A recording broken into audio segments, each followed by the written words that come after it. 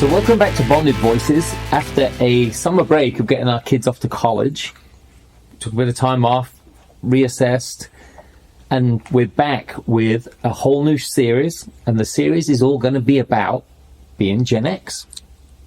We're excited. I love the topic. It's one of those that there's so much to talk about. It's amazing when we started delving into it. There's the movies, there's music, there's technology, there's just everything about it. There's so much. And how it affected us when we grew up. And if you're not Gen X, tough shit. Gen X is going to rule the world. But can people identify as Gen X? No. Okay. Because, and this is where it comes down to, the Pew Research Center has it as 1965 through 1980. If you're born in any of those years, you are Gen X. All right. Now, there is other people that actually say that it could be from the early 60s. I actually wrote some notes down here, placing it from 61 through 81. So I don't actually know how they actually talk about a generation and how they call Gen X Gen X. So there must be some definition for it, but I didn't find it. They gave a bunch of characteristics of what type of people Gen X people are. Obviously, we're children of baby boomers. Our parents either went to war or were children of those that went to war. Mm-hmm. Mm-hmm. And so, Loren, thank you for your service. You actually followed in that tradition of going to war. My grandfather was in the Second World War. My parents weren't. I was born in the 60s. You guys, 70s. Yeah. So you don't even know anything about what the 60s the best were like. year. I actually have some good memories from back then as well. You and Austin Powers? Yeah, absolutely. And they say that us Gen Xers have like immutable characteristics. One of them is that in a cultural context, members of Gen X grew up during a significant societal shifts. And we think about it, right? When you look at geopolitics, the fall of the Soviet Union, the Cold War. I remember so many songs when we were kids about behind the Berlin Wall. Mm-hmm. Yes. Mm-hmm. I think the Berlin Wall today to many kids is somebody's garden wall, right? They have no concept of what it meant. No significance to them. None. Well, it was huge to us because we were taught about the Second World War, the fall of Berlin, the annexing of that territory by Russia, and the building of the Iron Curtain that stretched across Eastern Europe. No one knows about that today. Mm-hmm. We were taught as kids that Russia was this evil country that was going to destroy us in a nuclear winter. The Cold War. That's right. So other characteristics include the increased divorce rate within our age group. So I actually remember it starting maybe actually with my parents' generation in the 70s, seeing that divorce rate go up, seeing out of wedlock births go up. That was definitely something that was starting to happen then. But they're saying that now that I think the divorce rate stands at like 40% of marriages. But one thing they don't say within that number is that a lot of the times, if you get divorced once, you'll get divorced a second time, maybe a third time. So within that 40%, it could be the same people, right? Just remarrying and getting divorced. So there's that too. The rise of dual income families. Mm-hmm. Like I remember my mother never went to work until divorce happened, and then she was working, my dad was working, so we had all these characteristics in our family. It was actually rolling with that sort of stuff. You sure it wasn't the faith generation? It could have been as well. We're sometimes referred to as the MTV generation. Mm-hmm. Yeah. But, see, I know we were influenced by that, but I sort of see maybe the generation that comes after that as being that, because MTV started in, 81? Right, but so here's the main thing. Are you influenced as what you see when you're 1 through 6? Or are you mainly influenced by what you are through junior high and high school? So junior high and high school would be the sweet spot for 70s babies for MTV. And, let's be honest, MTV quit playing music sometime during the 90s, so... Well, probably even the late 80s. The millennials may not even know what MTV really was. Right. It's still on. Oh, it is? Yeah, they have multiple channels. I think one actually plays videos. The other one is just programmed. Well, they had VH1, they had MTV, they had a whole bunch of Yeah. So cool stuff back then. yeah, that's MTV generation, and then they're talking about many Gen Xers were labeled self-reliant because we were the latchkey generation as well. We're one of the first generations to come home because there was no Dual income families. So both parents out of the house working. Let yourself in, deal with it yourself, which maybe not a bad thing because we taught ourselves if you're going to eat, you better learn to make food. Sure. Your parents aren't going to be home for a while. Also, you better learn to be safe because you're there on your own. That sort of thing. So that's one thing in the self-reliance. And they say it actually fostered us independence and self-reliance. And I think I like that one. And I think that goes well with our generation. And then this one I found interesting. They say work-life balance was a characteristic of Gen X. I don't remember that term No. until probably 2012. Yeah, it's a relatively new term. Yeah. I mean, 2012 is relatively new. It's a catchphrase. It's a marketing term. It's a come work for us. We have work-life balance. It sounds like I don't want to work really hard. But I always look at Gen Xers as people who 40-hour week. That's Monday, Yeah. rather than Sure. the whole week. I sort of look at that as work-life balance as very much a millennial thing. Yeah, I would say that. I think we were always taught you have one job, then if you need a second job, you get the second You build a job. career as Yeah. well. I think our Well, generation was in that era of building careers, not just jobs. If you guys remember, Saturday Night Live had a skit about the Jamaicans always having like 10 jobs. And that was definitely in the midst of Gen X. Would that have been Multiple on one of jobs. like 4 channels we had in England? Saturday Night Live. That was NBC. Yeah, it was NBC. No, we never had NBC.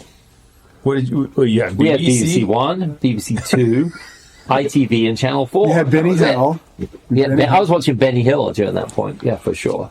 And then the other one was the technological adaptability. And this is one I love because for Gen Xers, yeah, we went through a technology revolution. Mm-hmm. I went through it in the music industry. I remember seeing it in the movie industry as well. Mm-hmm. If everyone remembers, screens used to be 4:3 dimensionally. It actually changed late, actually, in the 90s, where... Oh, actually, no. Actually, 4:3 went out in 2004. So all the way to then. But I went through black and white TV. Oh, yeah. Turn the dial, UHF, VHF. Adjust the rabbit ears. Adjust the... Absolutely. Remote adjust the control was turn the dial. Get up Yeah. and return the Where's dial. the remote? Johnny, get and change the channel. right. There's your remote. So, yeah, from a technology standpoint, and we're going to cover this over the next series of episodes. We're going to delve into specific music, specific movies, and look at the relevance that they have today and the influence they have today. Because you'll find people still wear T-shirts with Gen X slogans on them. Oh, yeah. Well, look at the resurgence of, let's say, the Cobra Kai, which was dates back to an 80s movie. It's one of the top shows on, what is it, Netflix? Or I can't even remember now. It is Netflix, yes. See, so to think of what technology has done for us today in 2024, in researching this online, it came up with Gen X is sometimes referred to as the forgotten generation. I'd never heard that about Gen X before. No. Earlier in our generation, you would have had to go to the public library to do this research. Right. And you might have put the microfiche into the machine and scroll through to read the paper. Do you remember doing that? No. I think I went there once and I was trying to get onto the microfiche, but there was some transvestite reading stories to children in the way, so I couldn't. Now? Actually, then. Or then? Then. Wow. No, actually, it wasn't. But yeah, it's kind of bizarre how things Different definition of Yeah. X. But we also lived in a smaller population. They actually said the Gen X generation counts for about 65 million people. Which is a quarter. Right? If you think about it, smaller generation, it's about right. 64, 120, 30, 260, maybe another 64, you get to 220, 330. So a it's all fifth. ball bearings. Yeah. Yeah, so you get to maybe a fifth of that. But they say we're overshadowed by the baby boomer generation. Well, I see a lot online where they talk about this, and this is where maybe the forgotten generation comes in, is that everyone focuses on baby boomers and millennials. And there's this feud between the millennials think, I don't have jobs because the baby boomers won't give up the jobs. And we don't have the money because the baby boomers have all the money. And the baby boomers are like, well, those millennials they want to start at the top and not want to work their way up. And Gen X has just been this like, yeah, we just got to get our job done. We'll get there eventually. And so these feuding generations, we've been ignored by the feuding. Well, maybe we are the forgotten generation. In that aspect, we are. But have we been forgotten, or did we Purposely. Thank you. Purposely just say, Yes. screw you. Screw the older generation, the younger generation, we're going to get the job done. Yeah, it is interesting because the baby boom is about to transfer the biggest wealth transfer in human history.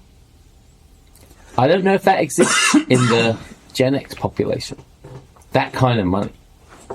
Like, the money's there, definitely there. Mm-hmm. Like, I mean, they're talking trillions. And as these people pass away, they're looking at handing it down to their kids, donating it to the churches, it being raked by the government.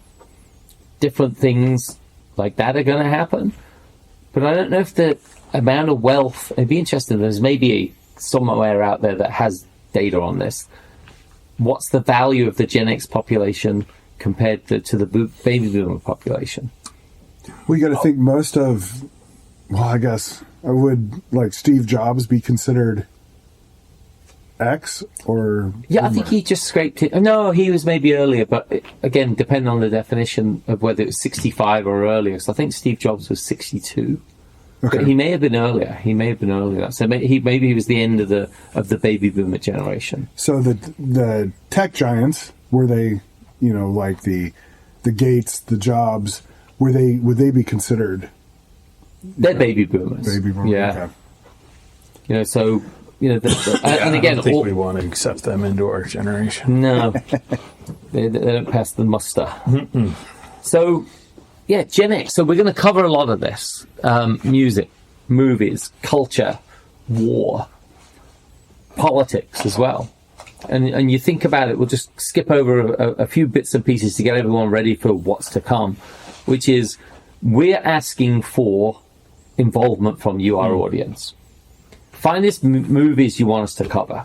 Find us songs and influential music that you want us to cover.